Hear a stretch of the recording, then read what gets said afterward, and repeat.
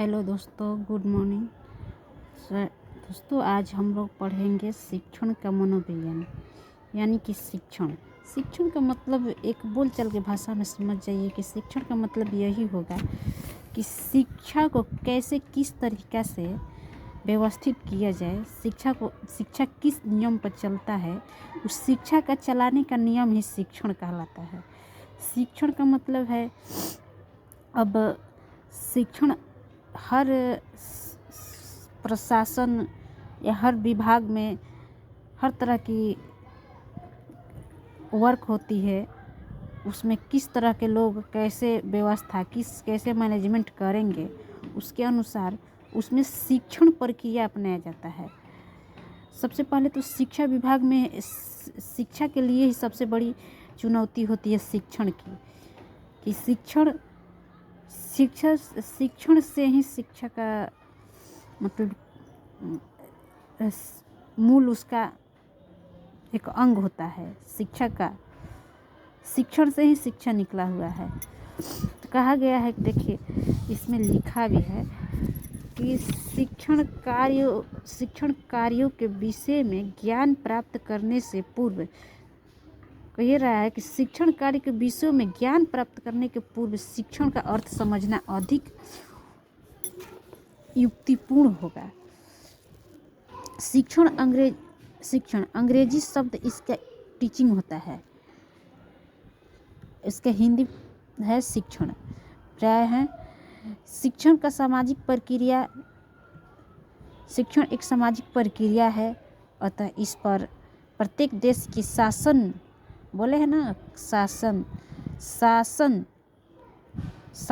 प्रशासन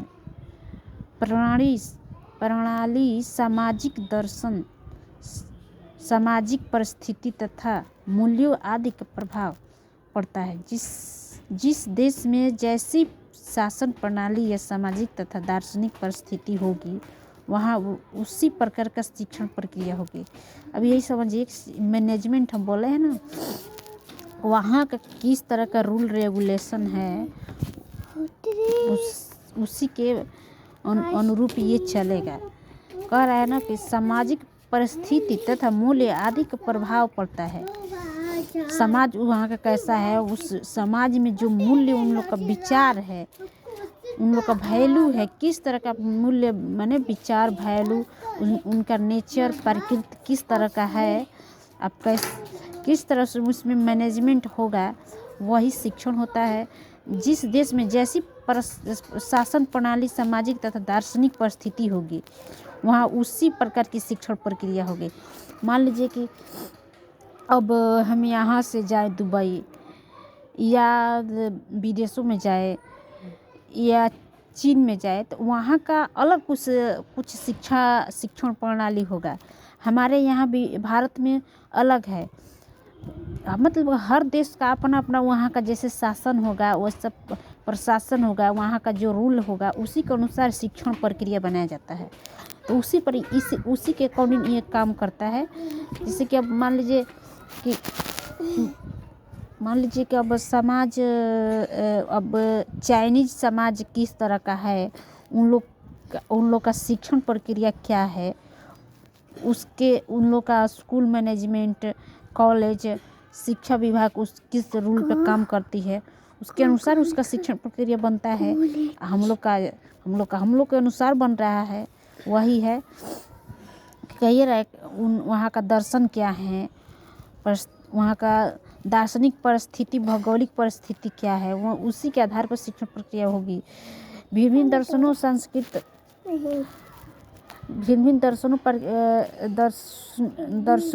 संस्कृति तथा देश के सामाजिक स्वरूप बोलबे किए हैं, बताए रहे हैं कि देश के सामाजिक स्वरूप, वहाँ का किस तरह का शासन व्यवस्था, सामाजिक व्यवस्था किस तरह का है, उसी के अनुसार ये बनेगा।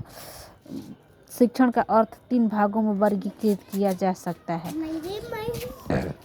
देखिए, जैसे एक तंत्र में शिक्षण का अर्थ है,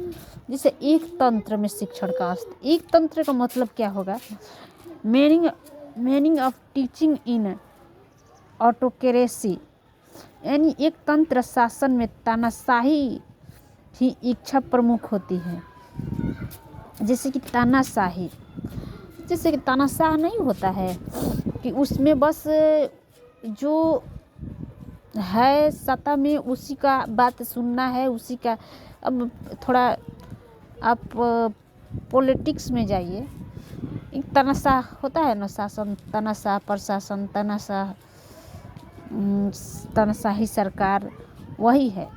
समझ जाइए कि वो तानाशाही, एक तंत्र में तानाशाही होता है। जैसे कि अब जो वो कहेगा, जो रूल बनाएगा उसी को आपको फॉलो करना है। उसमें आप अलग से कोई सुधार नहीं कर सकते, उस पर आपका कोई मंतव्य नहीं बनेगा कि आप उस पर कुछ टिप्पा टिप्पणी कीजिएगा। उसका हूबहू उसको मान लेना है, वही तानाशाही होता है। जैसा भी नियम हो उसी पर आपको रहना है, उसी सिद्धांत को फॉलो करना है। इस प्रकार के वर्तमान वातावरण में शिक्षण प्रक्रिया शिक्षक प्रधान, टीचर डोमिनेटेड मानी जाती है। यानी कि जिस तरह के तानाशाही सरकार रहती है, तो उसमें हम तानाशाही सरकार का हर बातों को फॉलो करते हैं। जो सरकार कहती है उसी के अनुसार हम लोग अपना करते हैं। उसी तरह इसमें है कि जो विद्यालय में बच्चा जाता है पढ़ने के लिए, टीचर जैसे पढ़ाएं, टीचर लाठी डंडा से पढ़ाएं या जैसे पढ़ाएं, उसको बच्चा को स्वतंत्रता से सुनना है। टीचर बलपूर्वक अपना ठूसता रहता है। शिक्षण प्रक्रिया देखिए, एनसीएफ 2005 जो आया उसमें बहुत कुछ सुधार हुआ। एनसीएफ 2005 में बच्चों को बस्ता का बोझ था उसको हल्का किया गया। पहले बहुत सारा किताबी ज्ञान दिया जाता था, लेकिन 2005 जो एनसीएफ आया उसमें क्या हुआ कि बाहरी नॉलेज वातावरण से जोड़कर, दैनिक जीवन से जोड़कर उसको बुक को बच्चों के बस्ता का हल्का किया गया। यानी कि बुक कम किया गया, उसको बाहरी नॉलेज के थ्रू पढ़ाने का अब मिला 2005 के बाद। तो वही है कि कह रहा है कि शिक्षक प्रधान होते हैं। शिक्षक पहले लाठी डंडा लेते थे, अब देख रहे हैं लाठी डंडा कोई नहीं लेता है। सब मुंह से पढ़ाए, डांट डपट किया, बस उतना ही।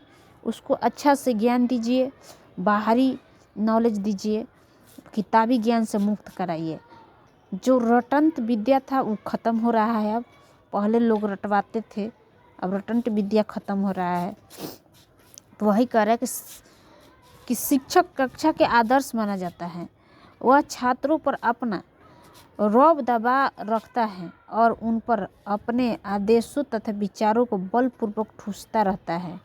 इस शिक्षण प्रक्रिया को छात्र शांतिपूर्वक शिक्षक को सुनने के लिए बाध्य हैं। यानी कि जो टीचर पढ़ाए बलपूर्वक, जितना ठूसे कि ना तुमको आज इतना याद करके आना है, इतना पढ़ना है, उसमें बच्चा कुछ टिप्पा टिप्पणी नहीं करेगा। कि अपना मतलब कि एक होता है तर्क वितर्क, डिस्कशन, ये सब नहीं था। जो भी नहीं था, जो भी वो पढ़ा रहा है उसको सुनते रहिए। ये एक उबन जैसा महसूस हो जाता है, ठीक ना। इस जो शिक्षक केंद्रित शिक्षा होता है वो उबन जैसा अब तो नहीं है, अब बाल केंद्रित हो गया है। बच्चा को उस सेंटर में रखना है, चाइल्ड सेंटर। यही इसमें है बात है। शिक्षक के प्रत्येक बात को बिना किसी तर्क को उन्हें स्वीकार करना होता है। देखिए क्या बोले ना, तो शिक्षक क्या पढ़ा रहा है उस पर कुछ नहीं बोलना है, आपको चुपचाप सुनते रहना है। शिक्षक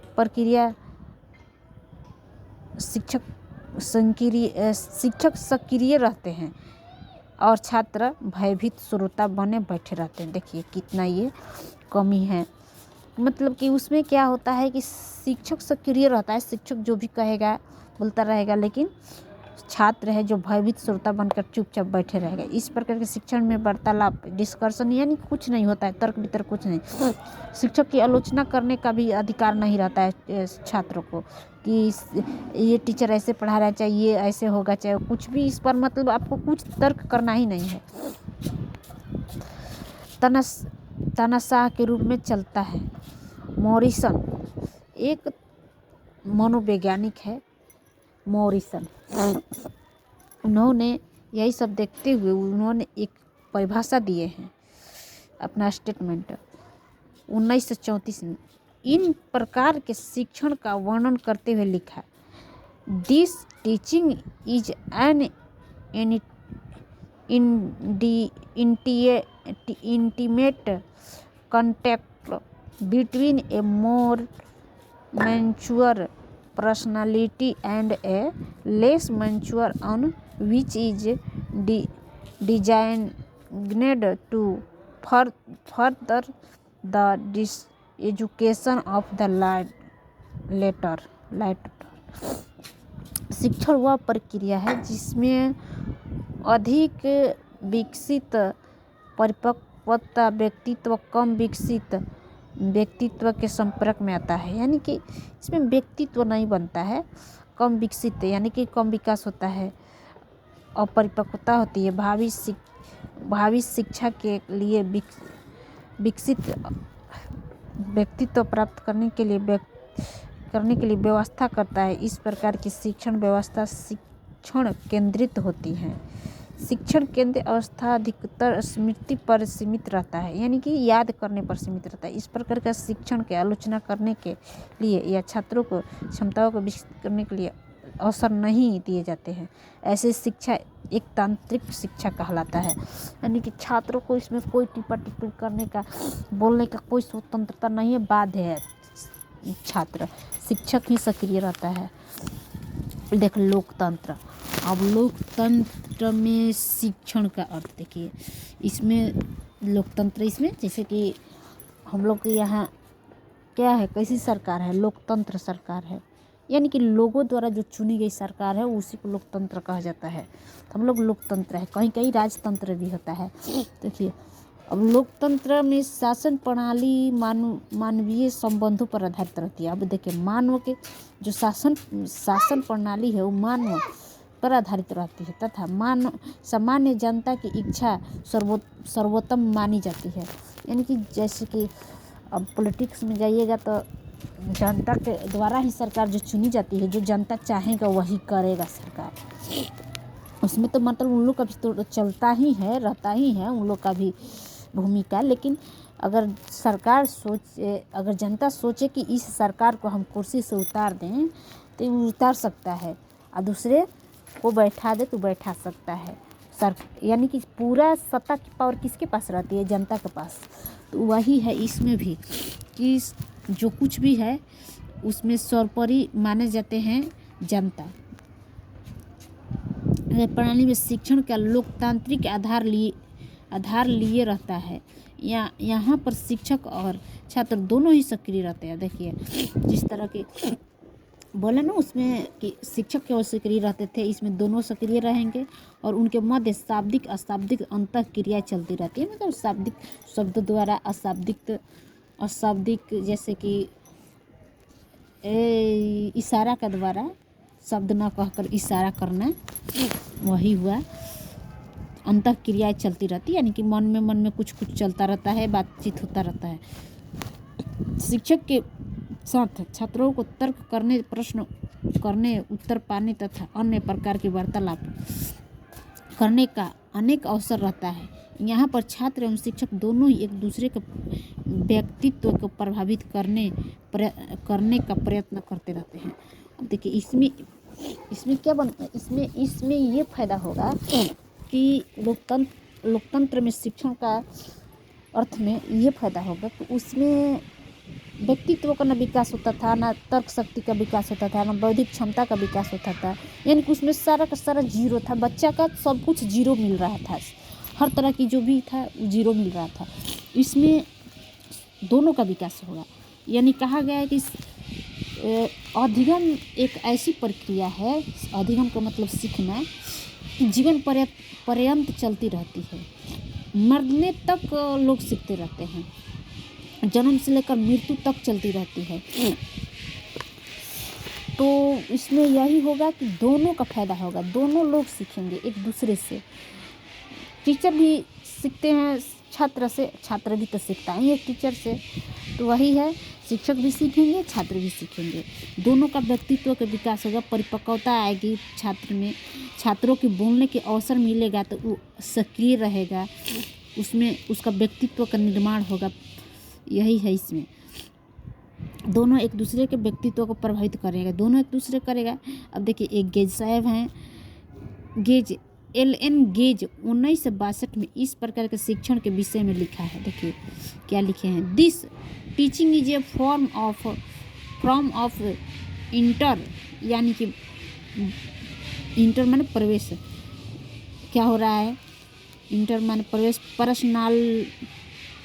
पर्सनल, हाँ, interpersonal influence aimed at changing the behaviour potential of another person. कह रहा है ना, इसके कहने का मतलब यही है कि इसमें पर्सनल माने व्यक्ति, एक व्यक्ति, पर्सनल व्यक्ति का क्या होगा, चेंज क्या होगा जीवन में, उसका हर दिशा दशा में चेंजिंग आएगा, उसका व्यवहार में चेंजिंग आएगा और एक दूसरे से प्रभावित भी होगा। शिक्षण केवल पथ प्रदर्शक या निर्देशक के रूप में कार्य करता है और स्व अनुशासन पर बल देता है। शिक्षक केवल पथ प्रदर्शन यानी कि वो पथ रास्ता दिखाता है या निर्देश के रूप में, जैसे कि हम कोई चीज़ का आदेश दे दिए, निर्देश दीजिए कि तुमको ऐसे ऐसे कर लेना है, अब तुमको इतना इतना पढ़ के आना है, ऐसे ऐसे करना है, उसको इस चैप्टर में इस पेज में ये है, यहाँ से क्वेश्चन ऐसे लिख कर लाना है। तो वही है कि हम केवल क्या कर दिए, उसको गाइड कर दिए। वो बच्चा खुद से अब अपना कुछ मेरा मंतव्य लिया, कुछ अपना मंतव्य लेकर अपना अनुभव से, कुछ हमारा बताए हुए अनुभव से वो अच्छा से अच्छा मतलब कि लिख कर लाएगा, क्वेश्चन बना के लाएगा। वही है इसमें, और इसमें स्व अनुशासन है, उसमें अनुशासित शिक्षक करते थे एक तंत्र में, लेकिन इसमें लोकतंत्र में क्या है कि स्व अनुशासन, बच्चा खुद से अनुशासित है। एडमंड एमिडोन ने लोकतंत्र या जनतंत्र शासन प्रणाली की शिक्षा की परिभाषा इस प्रकार है, शिक्षण एक अंतः प्रक्रिया के रूप में परिभाषित किया जाता है, जिसके अंतर्गत कक्षा कथनों का समावेशित किया जाता है जो शिक्षक और छात्र के कक्षा में होते हैं। हाँ, ये तो सही है कि दोनों का एक अंतः वार्तालाप होता रहता है, अंतः प्रक्रिया चलती रहती है। ये सब लोग अपना अलग अलग दिए हैं, अपना अपना मंतव्य, अपना अपना स्टेटमेंट दिए हैं। देखिए अब है हस्तक्षेप रहित शासन में शिक्षण का अर्थ।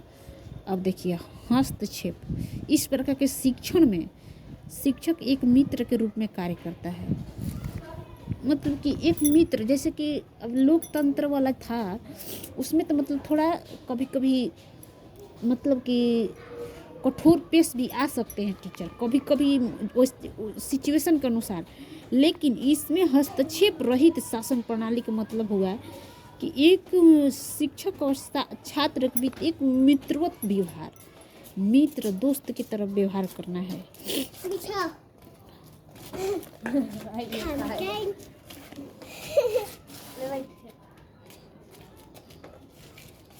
मित्र की तरफ व्यवहार करना है, जैसे कि अब इसमें एक उसका समस्या का सॉल्व भी करना है, तो मित्र यानी दोस्त का दृष्टि से देखते हुए ही सॉल्व करना है।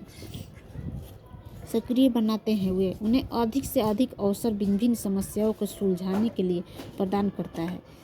इस प्रकार वह छात्रों की प्रक्रिया में हस्तक्षेप न करके उनकी सृजनात्मक क्षमताओं को विकास और अपना ध्यान केंद्रित करता है। ठीक है, अब उसका जो भी समस्या आएगी उस पर सुलझाने के लिए इस प्रकार की क्रियाओं में हस्तक्षेप न करके उनकी सृजनात्मक क्षमता का विकास करेंगे।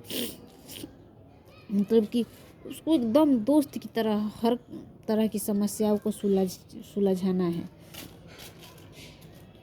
तो हो गया हस्तक्षेप रहित। अब देखिए यहाँ पर है एक और ब्रूबेकर के अनुसार है